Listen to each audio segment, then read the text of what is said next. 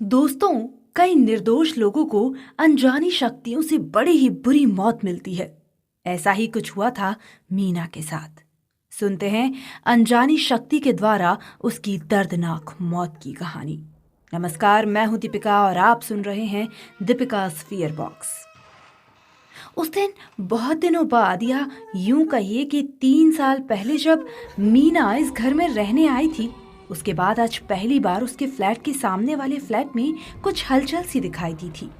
उसे बाहर कॉरिडोर में बहुत सी आवाजें आ रही थी, जैसे कोई वहां से आना जाना कर रहा हो या कोई वहां पर खड़ा हो। उत्सुकता से उसने दरवाजा खोला तो वहां कोई नहीं था और पहले की ही तरह शांति थी। उसे बड़ा ही आश्चर्य हुआ, क्योंकि उस फ्लोर पर बस 2 ही फ्लैट थे, एक उसका और एक सामने वाले का। थोड़ी देर शांत रहने के बाद फिर से हलचल सुनाई दी। सामने वाले फ्लैट का दरवाजा खुलने और बंद होने की आवाज भी उसने साफ साफ सुनी। उसने भागकर अपने घर के हॉल से झांका तो दरवाजे पर ताला लगा हुआ था। फिर ये आवाज कैसे आई? नीचे के फ्लोर से इतनी स्पष्ट आवाज आना बिल्कुल पॉसिबल नहीं था। उसने सोचा कि बिल्डिंग के बच्चों का काम होगा और खेलते हुए आ गए होंगे, पर नहीं, ये तो कुछ और ही था। कॉरिडोर में एक भयानक सी शांति थी। अब उसे डर लगने लगा था।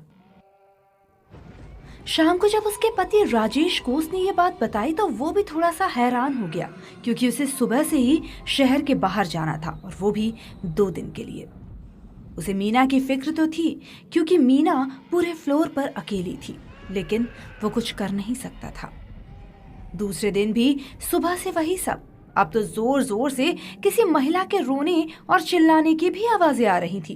मीना को साफ लग रहा था कि वो आवाजें सामने वाले फ्लैट से ही आ रही हैं, पर दरवाजा खोलने पर पहले की ही तरह सन्नाटा पसरा रहा।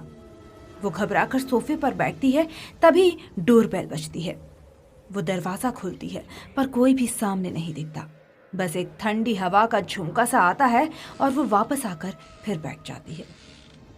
उतने में किचन से कुछ गिरने की आवाज आती है। वो भागकर देखती है तो किचन के स्लैब पर एक गहरी काली बिल्ली बैठी हुई थी, जो बड़ी बड़ी आंखों से उसे घूर रही थी। मीना को आश्चर्य हुआ, क्योंकि इसके पहले ना तो वो बिल्ली कभी वहां आई थी और ना ही घर में ऐसी कोई जगह थी कि कोई बिल्ली आ सके। फिर भी उसे भगाने के लिए मीना ने झाड़ू उठा ही ली, लेकिन देखा तो वो बिल्ली गायब थी। इतने में ही अचानक से हॉल के दरवाजे पर दस्तक हुई। मीना तुरंत पीछे हटी। कोई दरवाजा इतनी जोर जोर से पीटने लगा कि मानो तोड़ ही देगा। अब मीना भागकर अपने बेडरूम में आ गई और खुद को कमरे में बंद कर लिया। तभी उसे कपड़े की अलमारी में से कुछ आवाजें आईं। उसने हिम्मत करके अलमारी खोली तो उसमें एक महिला बैठी हुई थी, और वो भी भयानक रूप में, जो लाल सुर्ख आंखों से उसे घूर रही थी। उसने मीना पर झपट्टा मारा और उसे गले से पकड़ लिया और जोर से दीवार पर दे मारा।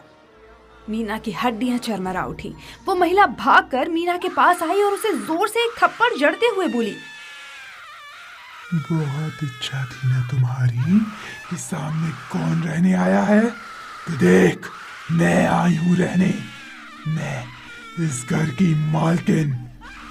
मेरे पति ने मुझे इस घर में मार डाला और अब ये घर बेचने वाला है, पर अब भी मैं इसी घर में रहती हूँ और इस घर में मेरे सिवा और कोई नहीं रह सकता।